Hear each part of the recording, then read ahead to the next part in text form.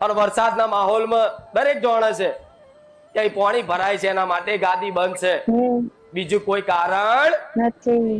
હા. એટલે કદાચ બજારમાં મારા નામની અફવાઓ ચાલતી હશે.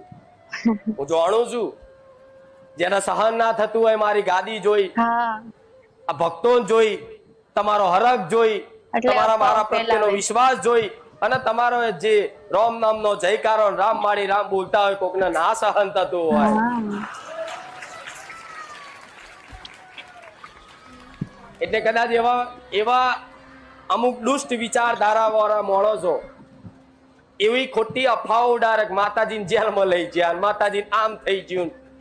અરે ગાંડા હશે ભગવાન, બધા અફવા ફેલાવવા એટલે કોઈની વાતોમાં આવું નહીં. એમ તો મારા જૂના ભક્તો છે ને એ તો કમ્પ્લીટ જ છે, પણ જે નવા આવે છે ને એમને કહીશ અહીં છે વ્યવસ્થા